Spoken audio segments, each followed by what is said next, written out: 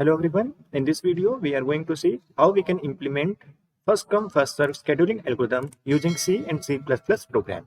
Okay, so let's see. So before going further, let me tell you, to understand this FCFS program, you should understand that how this FCFS algorithm actually works. So I've already discussed 3 numericals based on this FCFS algorithm. You can watch those videos. You can find the link of those videos in the operating system playlist in the description below. So the input for this program will be the total number of processes that we want to enter, then their arrival times and their CPU burst time. So here you can see we have the 3 processes, let's say, and we have their arrival times and we have their CPU burst time. So this will be the input for our program. Okay, so total number of processes here it will be 3. It is denoted by n, right? Now after processing on this input, we have to show the output, and in the output we have to show these things like process completion time, each process turnaround time, waiting time, response time, throughput, and their CPU utilization. Okay, and we also have to print the averages of these turnaround time, waiting time, and response time. So just to recall, what is scheduling algorithm?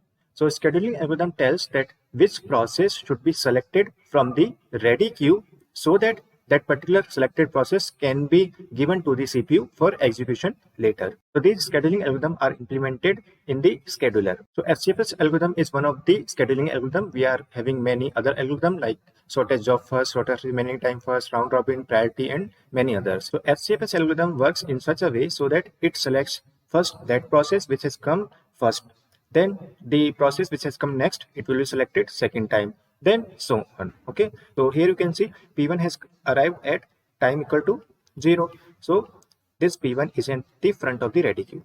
Then P2 arrived at t equal to 5. So it is the next process. P3 arrived at t equal to 7. So it is the third process.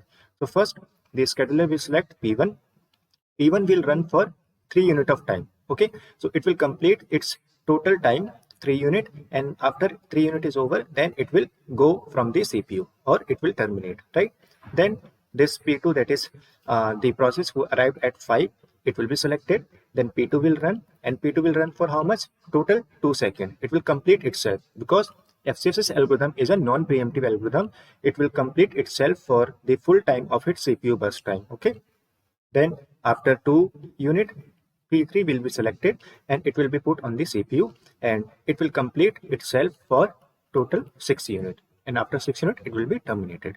So this way this FCFS algorithm will work. Now to understand the FCFS program, I have taken the 2 examples. So these 2 numericals are solved in the previous video. You can watch those videos. So here we can see this is the Gantt chart for this process and this is the Gantt chart for these processes, right?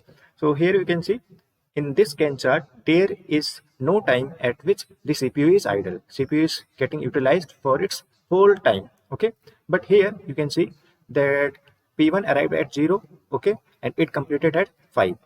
P2 arrived at 6. Okay, P2 arrived at 6. So 5 to 6 at this time CPU will be idle. And after 13, when P2 gets over, then P3 started, and P3 came at actually this time, but it will get the CPU at this time only, and it completed total 3 unit. So 13 plus 3, 16. Now here you can see we have the 2 processes which are having the same arrival time. Now which process should be selected first out of these P2 and P3? So for this we take PID into consideration. The process which is having the lower PID, it will be given to the CPU first, or it will be selected first, then the next process. So in P2 and P3 you can see these 2 and 3, they can be termed as the ID number. So you will be selecting this lower PID number first, that is you will be selecting P2 first for the execution, and then you will be selecting the P3. Okay, accordingly this Gantt chart is made. Now in the previous video I have already discussed what is turnaround time, waiting time, response time, and these all things. So we will be using actually these formulas, okay, in our program. So turnaround time is the completion time of the process minus arrival time of that process. Okay, so here you can see the completion time of, let's say, P1 is 5.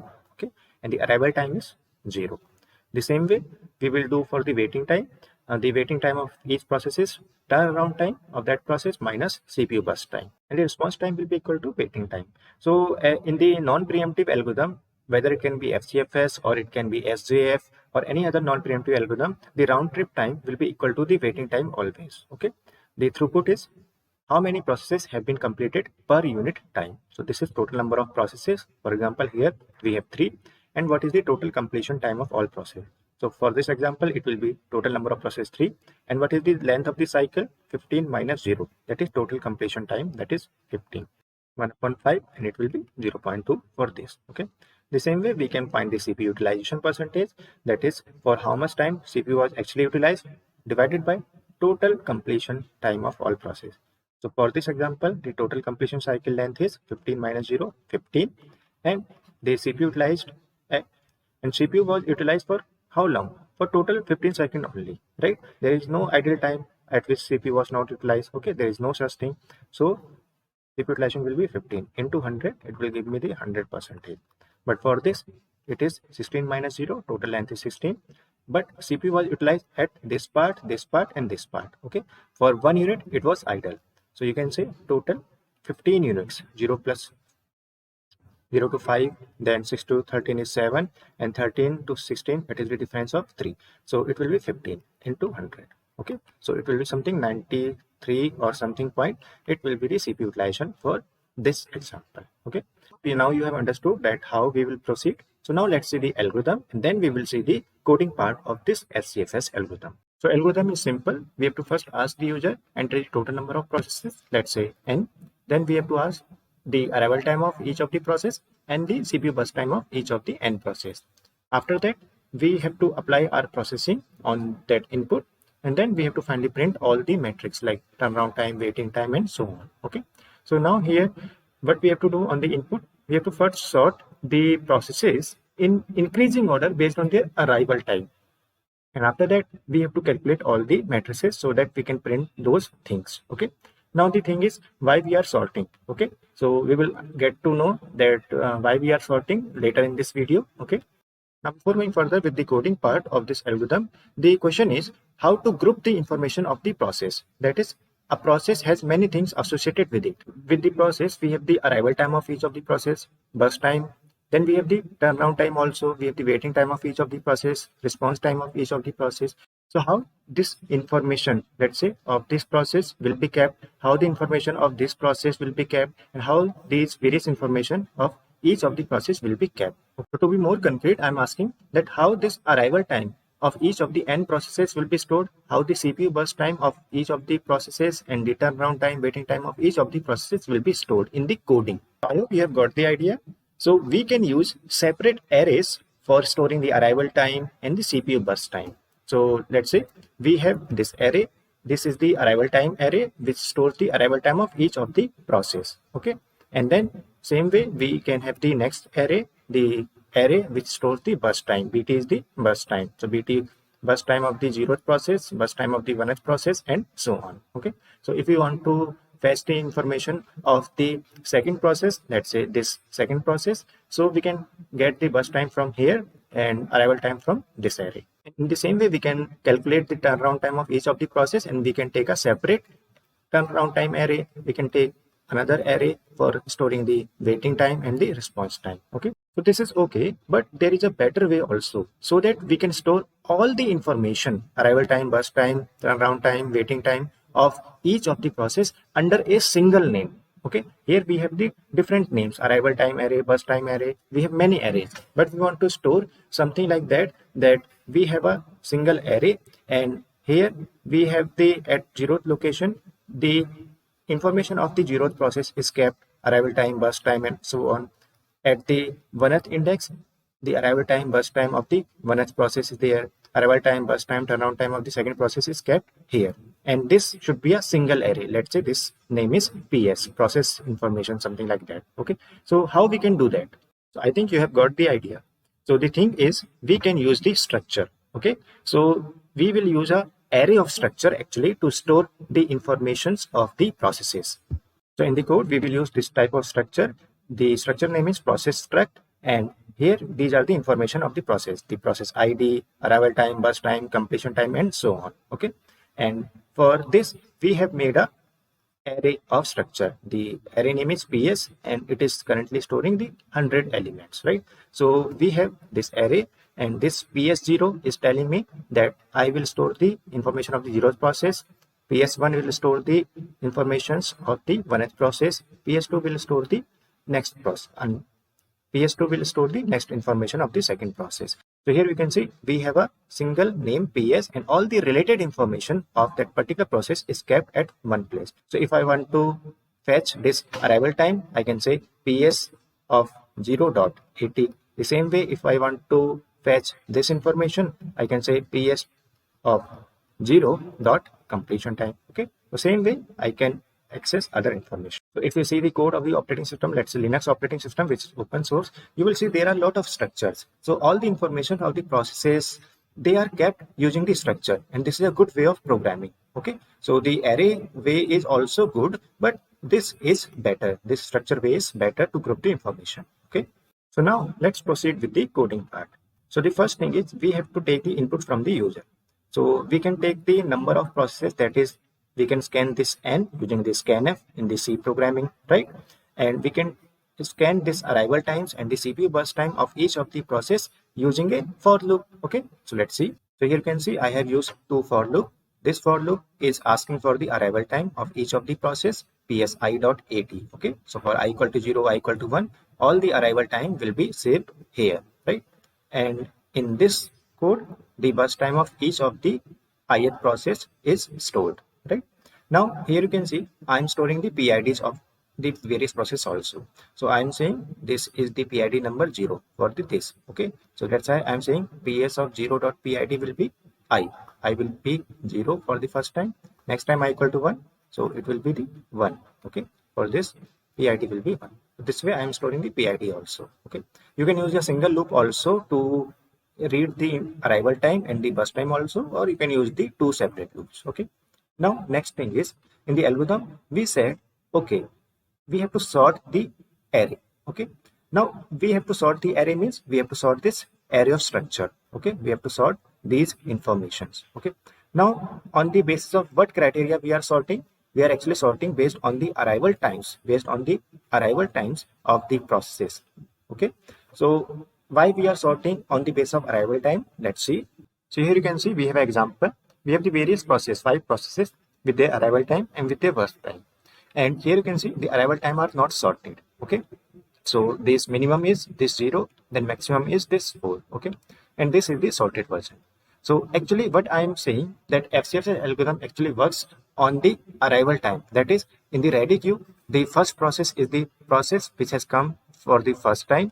Then the person or the process who has come the later, it will be on the second position and so on. So this ready queue will be like a first in first out queue based on their timings. Okay, whatever process has come for the first time, it will be taken to the CPU first. So that's why I am saying, okay, just store these information inside this ready queue based on their arrival time. Okay, so we need to sort these informations. And how we need to sort? We need to sort in the increasing order, right? So here you can see when I sort these information, the P4 will come first in the ready queue. Okay, then P3 will come, then P1 will come according to their arrival time. So here you have to take care that when this P4 is moved here, then all the information of P4 is moved. So here you can see P403. It is not that we are just moving the arrival time. Okay, it is not like we are moving 0 here and we are keeping 3 here. No, all the information of this process should be moved to the another location. Okay, and when we apply the code, then we will just scan this array. Okay, this array of structure starting from 0, 1 to all locations, and then we can simply first complete this, then we will complete this, and so on. Okay, so I think you have got the idea why we need to sort. Okay, so now let's move forward. So now first we will calculate the completion time of each of the process. So you have to take care for this completion time because this is one of the case, and we will see the second case in which this completion timeline, or you can say this code, will not actually work. We have to make some changes in this particular line for the calculation of the completion time. Okay, now here you can see I have started the loop from I equal to 1. Okay, so what I will do for the 0th process, that is for this P1, that is the first process, I am calculating all these things by default. By default means I am just saying okay, for the first process the completion time, this CT is the completion time. Okay, so for P1, what is the completion time? This is the 5. At t equal to 5, P1 was over. Okay, and it left the CPU. So how we can calculate the completion time for a first process? Okay, so we will say the time at which the process arrived. Okay, let's say here the process number 0, that is this P1, arrived at 0, right? So it will be 0 plus I will say how much CPU burst time it took. So it took 5. Okay, so 5 unit it took, so 0 plus 5. So at 5 it got completed. Okay, let's say if P1 were to be like 1, okay, that means at t equal to 1 this P1 would have arrived. Then it would be like the arrival time is 1. Then let's say it took 5 amount of time on this CPU. Then it will be like 1 to 5, it will be 6. The completion time will be 6. 1 plus 5, 6. Okay, so we have to add the arrival time plus burst time to calculate the completion time, right? Okay, now turnaround time, as you know, it is the completion time of that process minus the arrival time. So the completion time is 5 minus arrival time. Arrival time is 0. So it will be 5 minus 0, that is 5, right? So the completion time is 5 and the turnaround time is again 5. Okay, now waiting time and response time, it will be 0 because it arrived at t equal to 0. It got the CPU at that time only, and response time will also be 0 because at t equal to 0 only it got the CPU for the first time, right? So these are 0. Now from the I equal to 1, that is the next process, I am calculating the completion time here. Okay, and I will calculate the turnaround time and everything also, but for the timing let's concentrate on the completion time. So the completion time here I am using the another formula. I am not saying the arrival time, right? So see here you can see this P2. If I am calculating this for P2, okay, PS, this is the, let's say PS1, okay, PS1 dot completion time. So for this, what I am saying that tell me the time at which the previous process has been completed. See, previous process has been completed at here, and how much time it took on the CPU P2? It took 7. So if I add 5 plus 7, I will get 12, the completion time for this P2.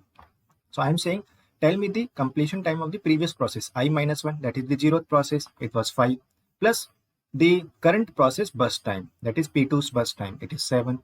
So it will be 5 plus 7. Okay, so this way I am calculating the completion time of the current process, right? Now again for the I equal to 2, what will happen?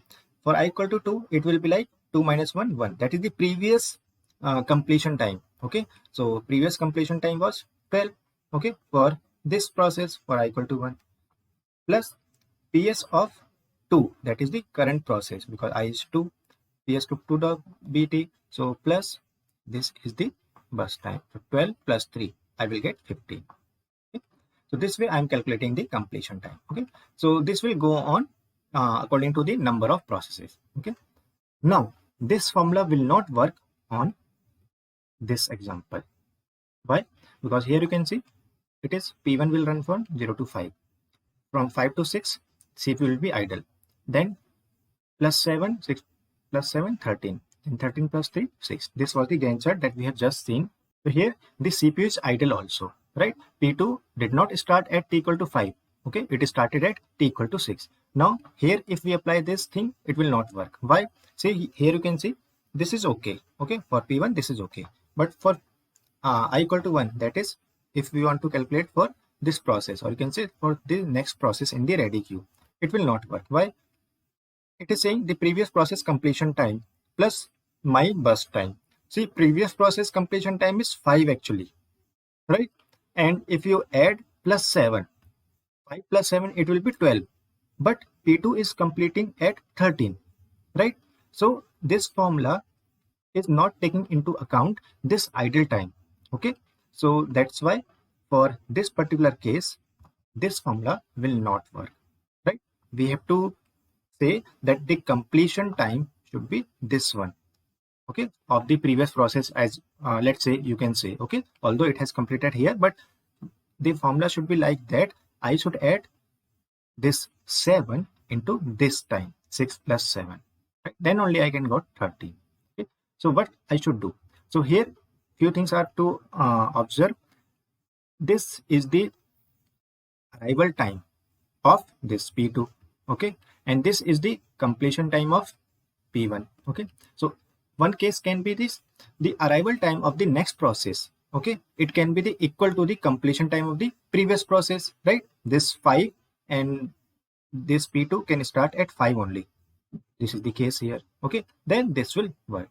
Now another case can be the arrival time of the next process. It can be somewhat later than the completion time of the previous process, and this is this case, that completion time is 5 but the arrival time is greater than this completion time of the previous process. This is 6, that's why there is a gap, right? So there are, like we have seen, two cases, and the third case will be this 6 can be here also, right? For example, let's leave this second thing. Let's come to this P3. See, P3 arrived at what time? P3 arrived at here only, right? P3 arrived at here only, and if we want to calculate the completion time of this P3, we should say 13 plus this 3. Then only we can get this 16, right? Now here, this is the completion time of this P2, that is the previous process, then P3. But the arrival time of P3, it is lesser than this 13. Arrival time is here. Okay, so you can say this completion time of the previous process, it is greater than the current process ka arrival time. Current process arrival time is just 6. So we have to take all these cases. So considering all these cases, I have written this code. So this code for I equal to 0th process, it will come here as usual. For I equal to 1 or the next processes, I am using this loop. So here you can see I have used the if and else. Okay, and based on this if and else, I am finding the completion time. Okay, so here you can see we are saying that if the arrival time of my current process, it is greater than the completion time of the previous process. See, previous process, let's say we are saying this is the ith process. So the previous process completed at 5 and my arrival time is 6. So the current process arrival time is greater than the previous process completion time. So I should add this CPU burst time of the ith process to the arrival time of my time, right? I should not add this 7 to the completion time of the previous process that I was doing here, right? So here I am saying, okay, take the arrival time of the current process, that is PS of I80 plus the burst time. Okay, then I will get 6 plus 7, that is 13. That is this answer, right? Okay, now let's say we come to the I equal to 2. That is, we come to this process. Okay, or you can say this process. Okay, now here I'm saying, okay, check the arrival time and the completion time of the previous process. See, my arrival time is 6. That means I arrived here, and the completion time of the previous process, that is the P2, it is 13. So I arrived here, but the previous process completed at 13. So my arrival time, it is now not greater, it is lesser. Okay, 6 is lesser than 13. So in this case, what should I do? I should take the maximum one. So out of this arrival time and this completion time, which is maximum, this 13 is maximum. So I'm saying, okay, add with the completion time of the previous process. Okay, so I minus 1 means this I is 2, so I will be 1. So 13 plus the burst time of my is 3, so it will be 16, and this will be my completion time. Okay, so I took the maximum. Here also I actually took the maximum one. Okay, out of 5 and 6, this is the maximum. The 6 is maximum, right? So this way I am calculating the completion time for each of the other process. Okay, and let's say if both are equal, that is this case, the completion time and arrival time are equal. So as you have observed that, then this case will actually work. Okay, this is for lesser and equal case. Okay, so let's say if they are equal, then I can just take any of the thing. Okay, I can just take the previous process completion time, or I can take the previous process arrival time. Okay, so in this case, here you can see that the completion time and arrival time are same. Okay, completion time of P1 is 5, arrival time of P2 is 5. Then I have to just simply add with this 5 only. Now I can write this code in a much simpler way. And what is that way? So this is the better way. So here you can see I'm starting the loop from I equal to 0 to I less than n, and I'm doing all the computations inside this loop only. Okay, there is nothing outside this loop. So I have taken another variable, start time. Okay, so this is the start time that I was talking earlier. So this start time will be telling me that at what time a particular process has started to run on the CPU. Okay, so let's say for this P1, the start time will be 0. Then it runs for 5. So it will be 5 plus 7, 12, 12 plus 3, 15. Okay, so this is the start time of P1, that is 0. For P2, start time is 5. For P3 start time is 12. Okay, so here you can see I am saying for I equal to 0, you just run this thing. Okay, this is the conditional operator for I equal to 0. And if I is not equal to 0, that means I is 1, 2 and so on.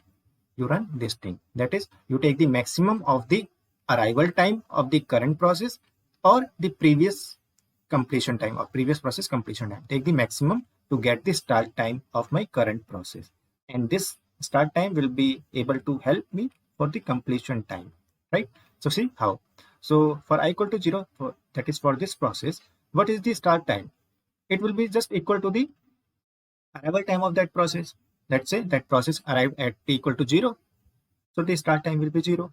If that process arrived at t equal to 1, then that 1 will be the arrival time, right? Or you can say that will be the start time, right? Okay. Now this is 0 for this process. Okay, I'm writing, let's say here.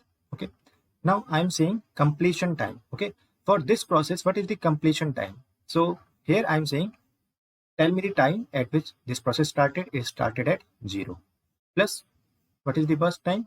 It is 5. So 0 plus 5, it will give me the completion time of P1. So 0 plus 5. So this is the completion time.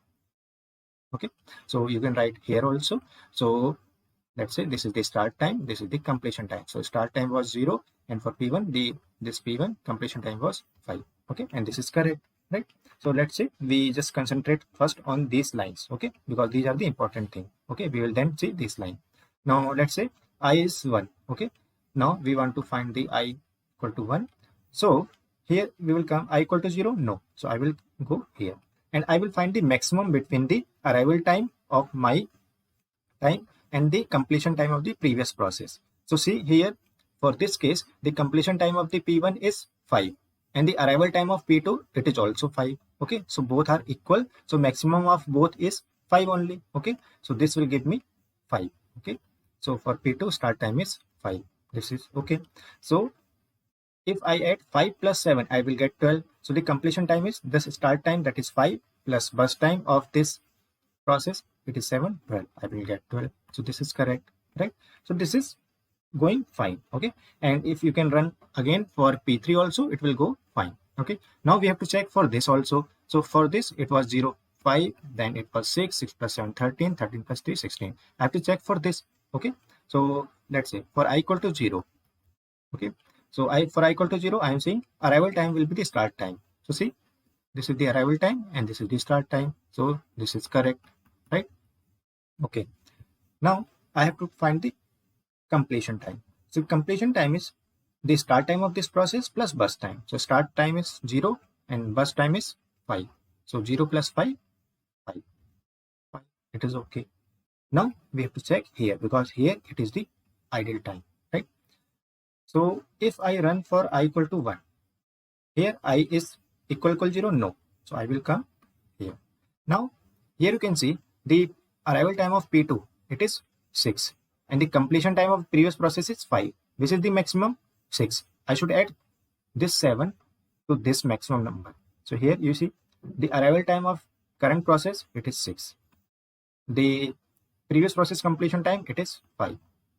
The maximum between 6 and 5 is 6.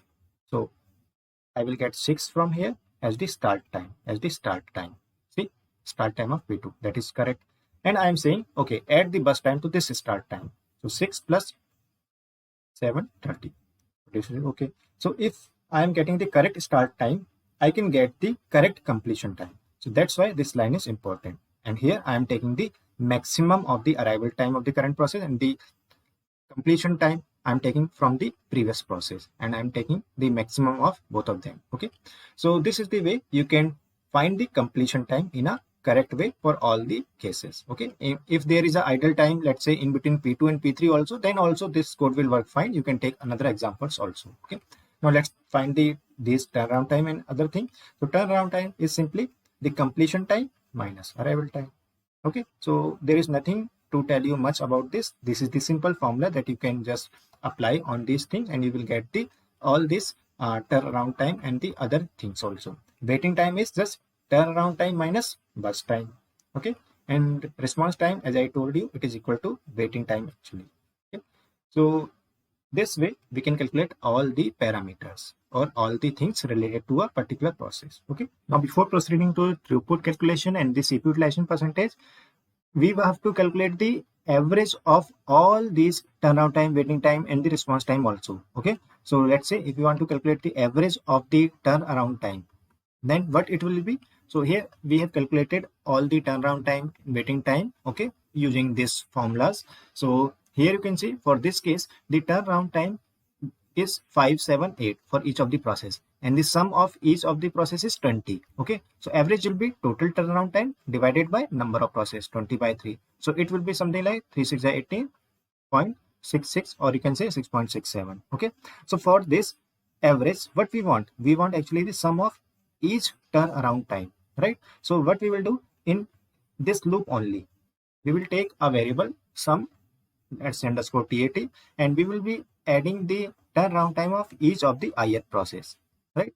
So for I equal to 0 to I less than n, we will be getting the turnaround time sum. The same thing we will do for the waiting time, and same thing we will do to calculate the sum of the response time. Okay, and after that we can just print the average of all these turnaround time, waiting time, response time. So average will be sum of turnaround time divided by n, waiting time average will be that waiting time sum divided by n, and same thing for response time. Okay, so we have printed the averages also.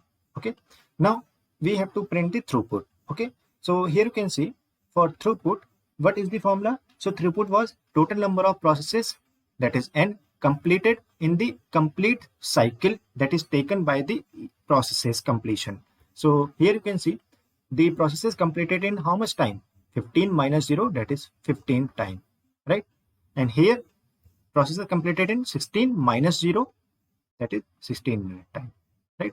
That's why I am saying n divided by this is the, you can say, length of the cycle. So length of the cycle, in one of the case it was 15, and in the another case it will be n divided by 16. Okay, so n is the number of processes. Okay, so here you can see, here we have the 3, and here also we have the 3. So in the first case it will be 3 by 15 throughput, and here it will be 3 by 16. So this will come as 0 point something, you can calculate, and this also will come as 0 point something. Okay, that's why I'm using this percentile F. Okay, and this is just extra, you can just remove this. Okay, now how we can calculate this length of cycle?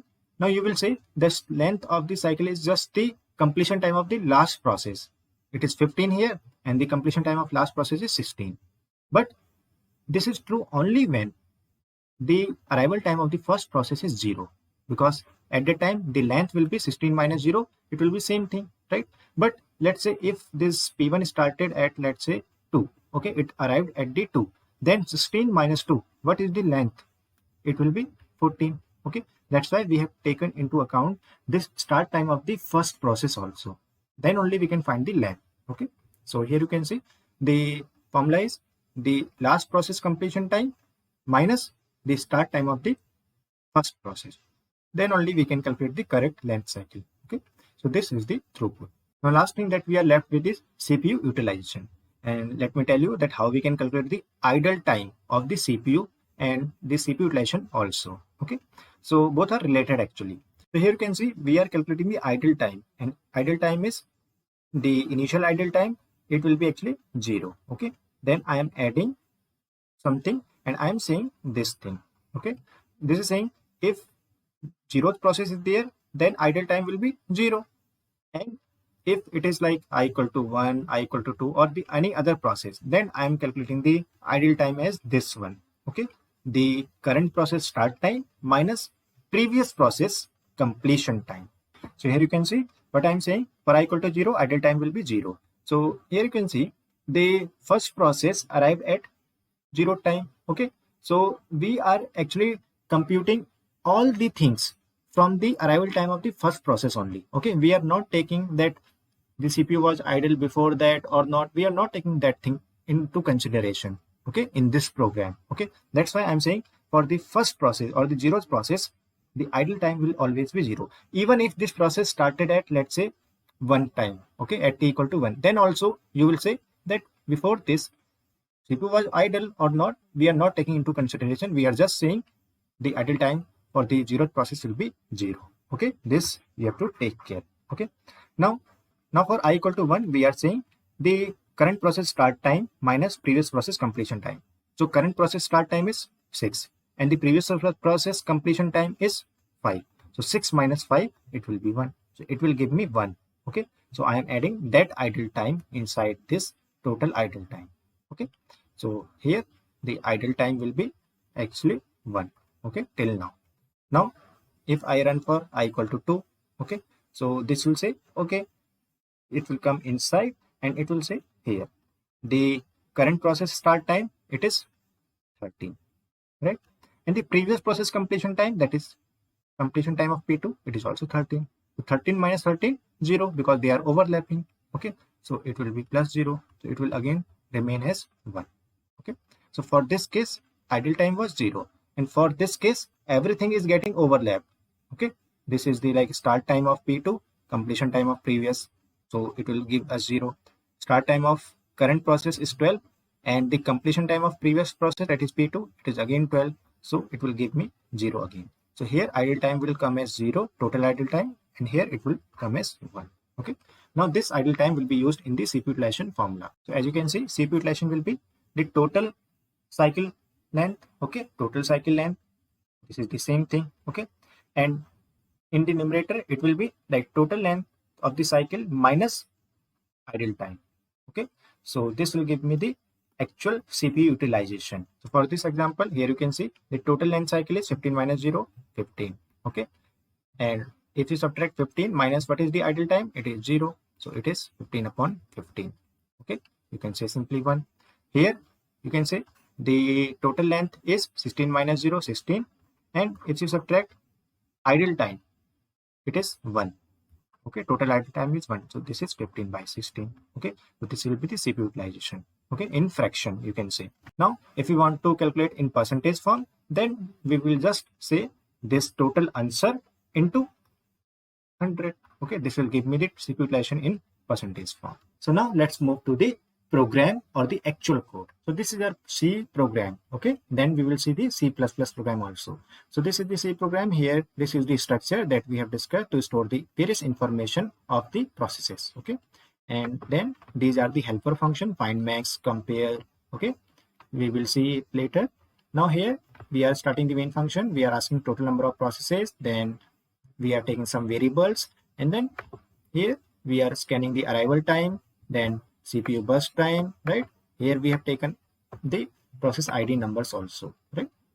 Now C has provided a function that is QSort, which can actually sort a given array. Okay, so here we are actually sorting a structure, okay, based on what? Based on their arrival time. We have to sort the structures based on their arrival time. So what we are doing, we are using the inbuilt QSort function. So this QSort function takes 4 parameters. This is the name of the array. Okay, this is the array structure name. Okay, PS, then total number of processes, or you can say the size of that array, then the size of the initial process. Okay, or you can say the size of the one element. So each of the element of this structure, you can see here, each element of the structure will be of how many bytes? Will be of total the sum of all these members. Okay, so you are giving that particular size of, okay, so here you can see, you can write something like PS of 0. Okay, the size of the 0th box, or the PS of 1 also, or this is also okay.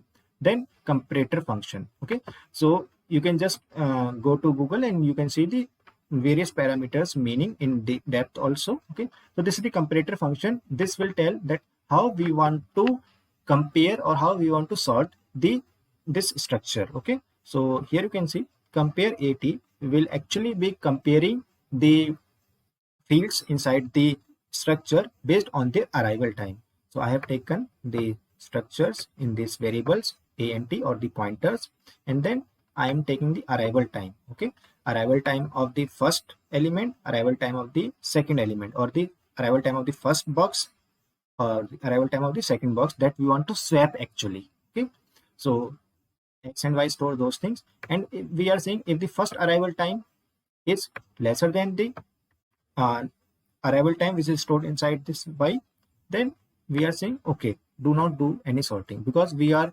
sorting the structures or the structure boxes in increasing order. Okay, if they are actually sorted, then we are not doing anything. Okay, but if there is the another case, okay, so if x is greater, the first arrival time is greater, or let's say they are equal, okay, then we are saying just sort. So I will recommend you just go to the Google and just see the 𝐶 function, that how it actually works. Okay, you can use bubble sort also, or any selection sort, merge sort, quick sort by yourself also, or you can use this 𝐶 function. Okay, now after this sorting, we are calculating all these things, that is turnaround time, waiting time, and everything, and we are adding them, and we are also finding the total idle time. Okay, now after that we are just saying length of the cycle. Okay, this length of the cycle is just calculated here. And what is this 𝐶? Let me just comment for the time being. Now here we are printing the all the informations of the various processes. We are printing the arrival time, burst time, and their completion time, turnaround time, waiting time, response time of each of the process in the tabular manner, right? And finally we are printing the averages, throughput, and CPU utilization by applying the formula. Okay, so let me run this and then you can understand it better. Let me enter number process 3, and I will run on the same example that we have just discussed. 0, then 5, then 7. Arrival time are entered. Now burst time, so burst time is 5, 7, and 3. Okay, so here you can see this is the tabular form that we have just seen. Okay, this code is printing the answers in the tabular form. Okay, process 0, 1, 2, arrival time, burst time that we have inputted, and these are the completion time. Okay, so these are the turnaround time 6.66, 1.66, and this is response time 1.66. Okay, and throughput is 0.2, CPU utilization 100%. Okay, so in this first example, this was the first example actually. In this, the CPU utilization was 100%. Okay, and this was actually 20/3. Okay, you can just go to the video again and you can see that 20/3 was actually 6.66. Okay, so this way we can print it all the information. And if you want to just see on the next input, we can print again, let's say 0, 6, 6, and then 5, 7, 3. Okay, so here you can see CPU utilization is not 100%, it is like 93.75, and you can cross verify there. And throughput is like 0.18, and these are the averages. Okay, so you can go to the video again and you can see that if we calculate the turnaround time for those examples, you will come with same answers. Okay, now I will run our program on this example also. So here the arrival time are actually unsorted. Okay, we want to see on this case also when arrival time are unsorted. Okay, and the average turnaround time, waiting time, and response time are here. Okay, and this is the Gantt chart. So after sorting of these arrival times, we will get this thing. So here you can see the PIDs will be changed, right?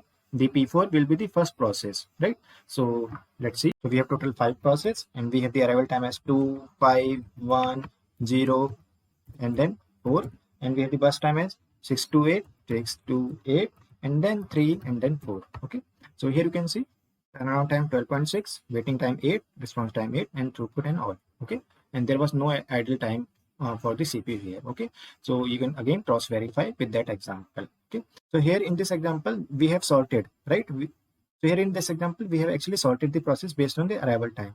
So here you can see we are getting that actually sorted version, the process 3, process 2, process 0, process 4, process 1. Okay, but actually let's say we want the information in the same manner in which we enter. We want the information first for P0, then P1, then P2, then P3. So what we can actually do if we want to print that information in that way, so like we calculated everything. Okay, we calculated everything. So after that we can again apply the Q sort, okay, based on their PIDs. So this information will be sorted based on the PIDs, okay, in the increasing order PID. Okay, everything will remain same, just to represent all this information in the way, like for 0th process first information, then then for the next process next information, then for process number 2 then next information. For that we are again applying this Q sort based on their PIDs. And if you go above, so here again we are comparing or we are sorting based on the PIDs. Okay, so here we are taking the PIDs. Okay, so again Actually, this is not needed, but if you want to just make the program more better in the interactive form, so you can apply this. Okay, so if you run this program, you can just see. Okay, so I will directly run. So let's say we have 5 process and we have this 2. So here you can see we are getting the information in the sorted manner in which we want. Okay, and all the other things are actually same. Now let's see the C++ program also for this FCFS. So actually there is not so much big change in the C++ program. We have just made the changes in the sort function. So in place of the qsort function, I am using the sort function of the STL library in C++. Sort, this is the structure name, then structure plus that length, and then this is the comparator. Based on the arrival time, we are sorting. Okay, and next time again when we are sorting in the C program using the PID, here I am sorting using the sort function, right? Sort PS, and then here it is the comparator PID, it is the next comparator. So both this comparator I have written above. Okay, so this is comparing based on the arrival time and this is comparing based on the PIDs, and both are sorting in the increasing order. Okay, and rest of the code is same as the C program. Okay, just the changes in the C in Cout. You can use the printf scanf also in the C++ program if you want. Okay, I think you have understood the coding part. If you have any question, comment, suggestion related to this algorithm or the code, please write down into the comment box. I will answer them. So please like and share this video, subscribe the channel, and press the bell icon for further notification of the videos. So in the next video, we will be seeing the shortage of first scheduling algorithm program. Okay, so see you in the next video. Till then, goodbye.